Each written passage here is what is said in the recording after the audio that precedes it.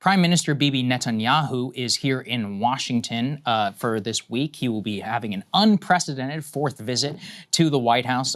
Congratulations to him. But while in the United States for the United Nations General Assembly meeting, after having a mass walkout while his speech, he took some time out of his busy day to meet with U.S. content creators, specifically to brief them about the propaganda war over Israel.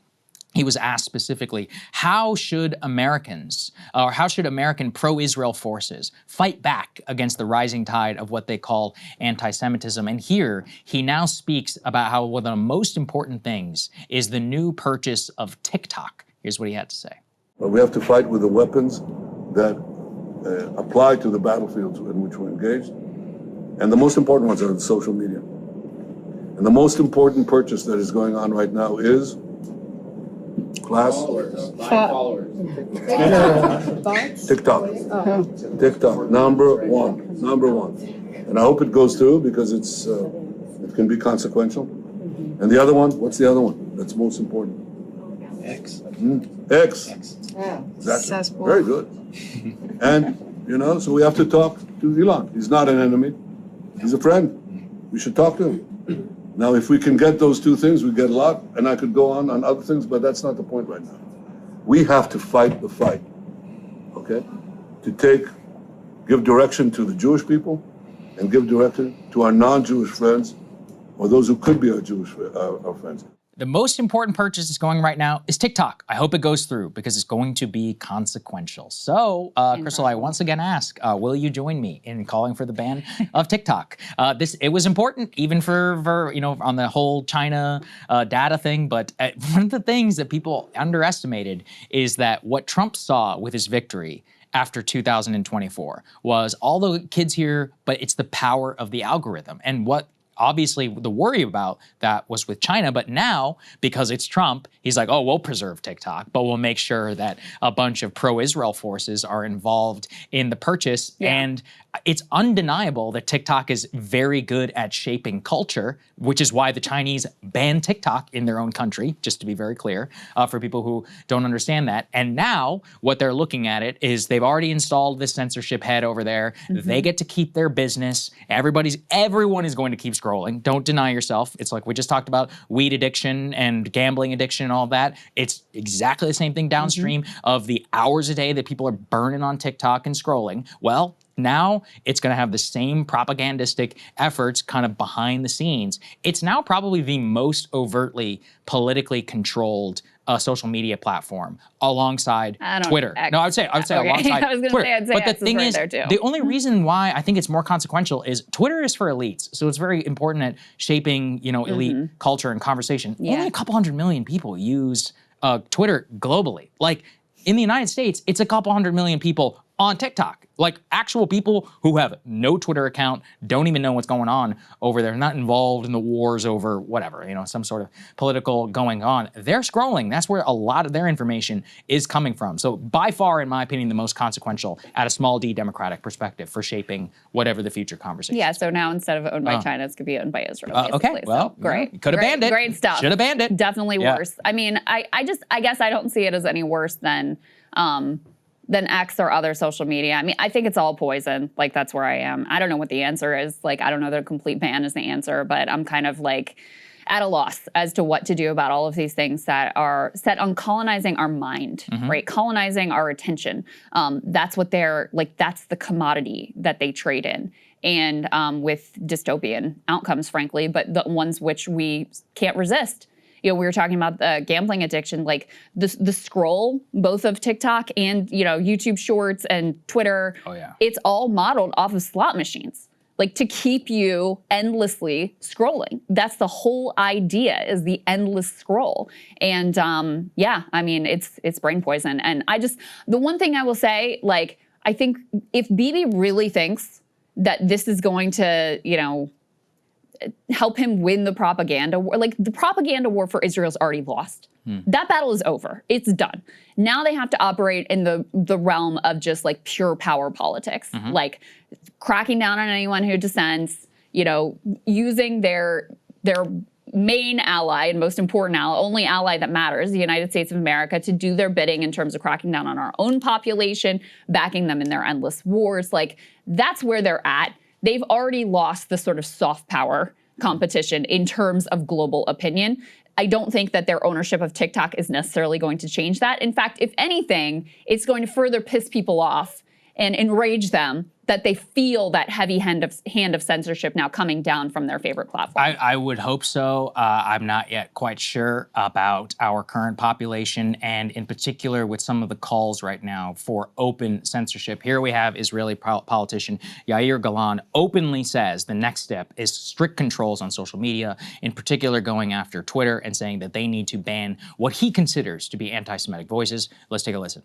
The next thing I will do, we will do, is to put restriction on the social media in a way that not allowed to make brutal propaganda in the social media.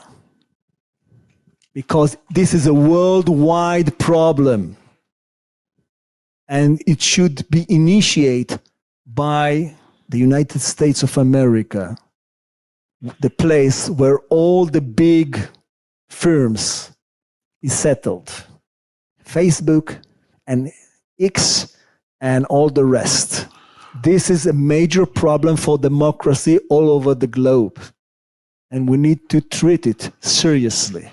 We need to take it seriously. Facebook, X, they all need to be banned. I mean, does anybody else just think it's so crazy that Bibi comes to America and assembles a group of social media influencers, including his own son? Is that the only interaction that he has with his own son? Oh, I didn't know. Yeah, Yair Netanyahu. Is there, what?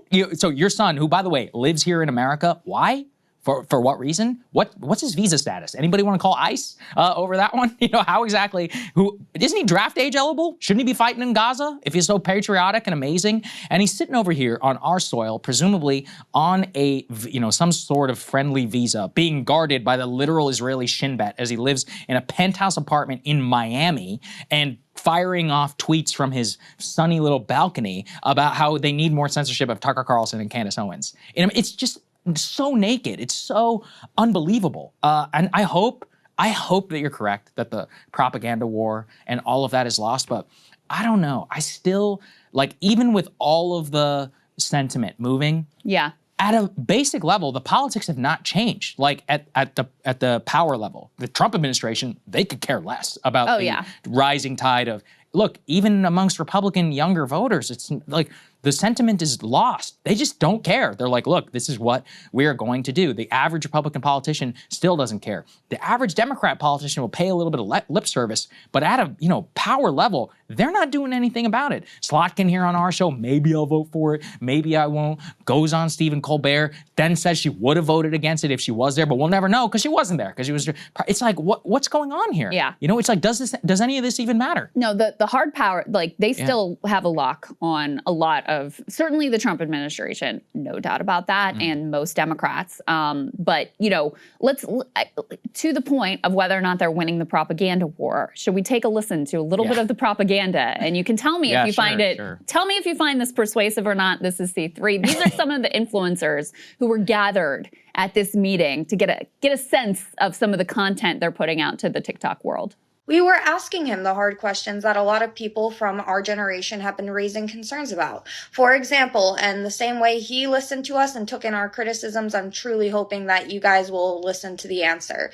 AIPAC. AIPAC is something that I see all the time. Number one, AIPAC is not an Israeli organization. It has no ties whatsoever to the government of Israel. It's not foreign lobbying. It's a lobbyist group that happens to be lobbying for a certain group of people, right? And this is not unique to Israel. There are multiple countries that do this, and there's multiple different groups that do this. For some reason, people just attach on to AIPAC, despite the fact that AIPAC makes up less than 5% of the lobbying.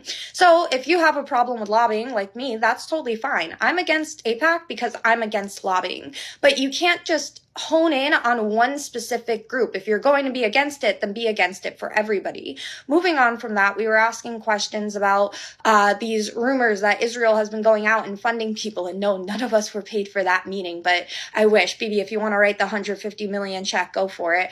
But we asked about funding, and as he explained, Israel is not offering to fund anybody. They're not trying to get involved in American political advocacy groups. That has never happened. And if you're concerned about this, who you should be concerned about is Qatar. The last thing that we really touched on was the aid. People don't know this, but Netanyahu's first address to Congress was to say that they didn't want aid. Jimmy Carter, who was a notoriously anti-Israel president, is actually who started this because he saw that Israel was building up their air force and he didn't want them to. So he gave them aid that they could only use to buy military weapons from us, and they had to agree to shut down their manufacturers. So now they're dependent in a way on this aid for military operations that America doesn't want them to lose because we use it as a leash on them.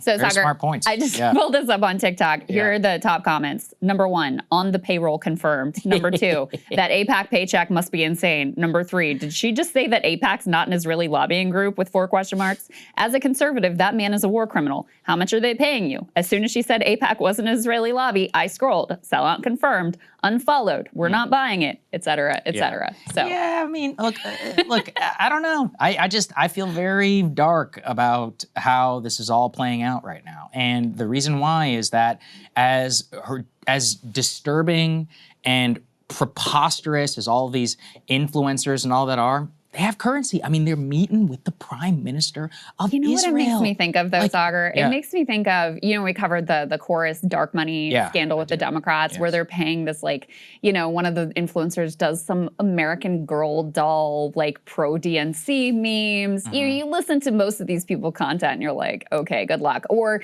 the DNC started their own podcast. Ken Klippenstein loves posting the views on it.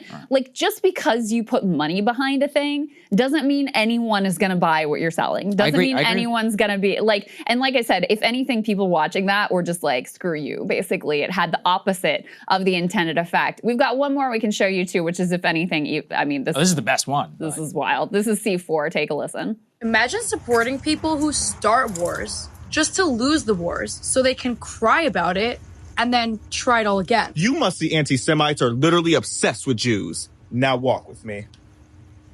While you must see anti-Semites are stacking eviction notices, Jews are out here stacking up businesses. Jews control all the industries. Maybe if you spent more time taking notes from successful people, you wouldn't have to spend your nights and weekends spreading hate from your anonymous account with an anime profile picture.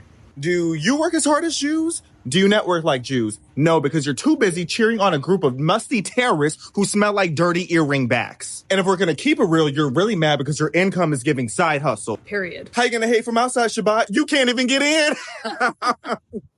Wow. So they have their own sassy gay black guy. Congratulations. Well, and I love the way... Who is that influencing? I don't know. It's being paid. I mean, look, it's perverse and it's sick, but pretty clearly they're finding... is that reaching an audience? Probably not. But they're obviously, they're doing it for something. They're making some money perpetuating this stuff. I believe that some of these people were present at the Bill Ackman summit that was there with Charlie Kirk. Both of them were. Both of those two were, for sure. Right, and that's my point, is it still does come with access to power. That's what makes me feel dark, really, about the entire thing. At the end of the day, people's salaries are getting paid. Do I think that influences anybody? No, I certainly don't. I think it's pathetic and ridiculous. But they're getting meetings with the Israeli prime minister. One of the things is, when you look at Israel, is that at the end of the day, believe in hard power. So for them, this influencer briefing, everybody can laugh it off. I don't laugh it off, because clearly they still think it's important. And maybe it's a signal to the future TikTok people that these people need to be boosted in the algorithm or something. And you and I know, there is enough kind of mindless scrolling and lack of information, lack of just attention or whatever, that to casually just stumble across and get, quote, the truth. Clearly the Israelis believe this is an existential and very important mission for them to try and... Will it work? No, I don't necessarily think so. But I don't know. I wouldn't put it past them. I mean, I trust their judgment in respect of controlling the conversation. I don't. I mean, and I'm glad to not, because I just think that they have so cocooned them. It really is, I'm not equating the two, but it does remind me a lot of the DNC. Like, they're so high on their own supply. Yeah. They're so cocooned in their own bubble and so insulated from their critics because they just immediately write anyone off who has anything negative to say as an anti-Semite, and they don't let it penetrate. And so I think they are completely disconnected from the way that they have just become reviled around the world. And reviled in the US in a way that has never been the case. And so, you know, I mean, that thing was a mess. That was a disaster. I don't think there's one person who looked at that and was like, oh, you're right. Not to mention, it was anti-Semitic, even as they're trying to like stand up against anti-Semitism. They're like, the Jews control all the industry and are really good with money. It's like, what are you doing here? So in any case, I mean, there's always going to be shameless hacks who suck up to power no matter what. Yeah. That's what these people are. They know that they can get into these meetings if they toe the line. They, you know, may genuinely have some like ideological belief about it or whatever, but more importantly, there's always going to be sycophants who circle power. And that's what's going on here. It is very dystopian, don't get me wrong, the consolidation of media power in Trump-aligned hands and in pro-Zionist hands. Yeah. That is very disconcerting. And the amount of, you know, sway that they can use these social media platforms, they're out there saying like, look, we're going to tell Elon what to do, and he's probably going to do it because he's our buddy, is also really wild and dystopian. So I don't want to downplay it. I just want to say that I think that their Hasbara efforts have been laughably pathetic. No one is buying their bullshit anymore. Very few people are buying their bullshit anymore, I should say. And we all have access to reality now. Like, you're not going to be able to stop the flow of the videos of the horror coming out of Gaza. And by the way, your own soldiers post their own war crimes, so we can see it directly from them as well. We can listen to the statements that you make about how you're trying to manipulate all of us and buy up the media platform so that there's no dissent.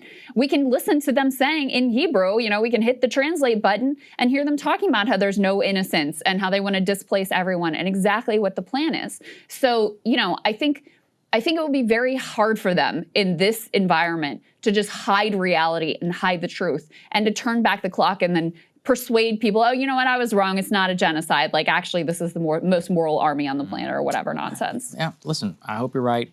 Let's go to C5, please, up here on the screen, which shows the list of the influencers that all, like I said. No, there you go, first on the list. Yeah, you're Netanyahu. It's so crazy. You invite your own son. He's an influencer? He's not an influencer. He's a Nepo baby living on our country. Deport his ass, please. Boy. Send him to Gaza, all right?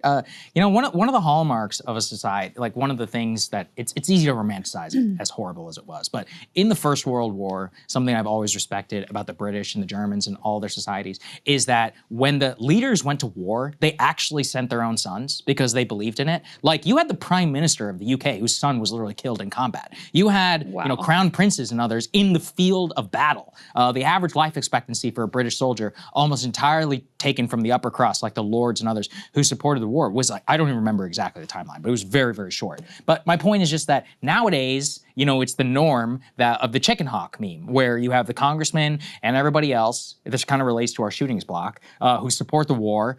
Their kids get to go to college, get exempt. We don't even have a draft anymore, but it's like very few of them ever sign up for military service. And then it's like the working class men and women of the country who actually have to go abroad and face the consequences. That's like the post-World War II status quo. So there is something very sick about that, and clearly that's also present in Israeli society as well. And by the way, to that point, Paramount has now released a new trailer for something called Red Alert, a 4-part miniseries depicting the real-life stories of the victims of October 7th massacre in Israel. Why does that matter? Because Paramount was bought by whom? David Ellison, the guy who wants to hire Barry Weiss over at CBS News. Paramount Skydance, now owned entirely by David Ellison, who also just made an all-cash bid for Warner Brothers Discovery, including HBO Max. So you're going to have 2 Hollywood studios that are all under control. Who the hell knows what's going to get released nationwide?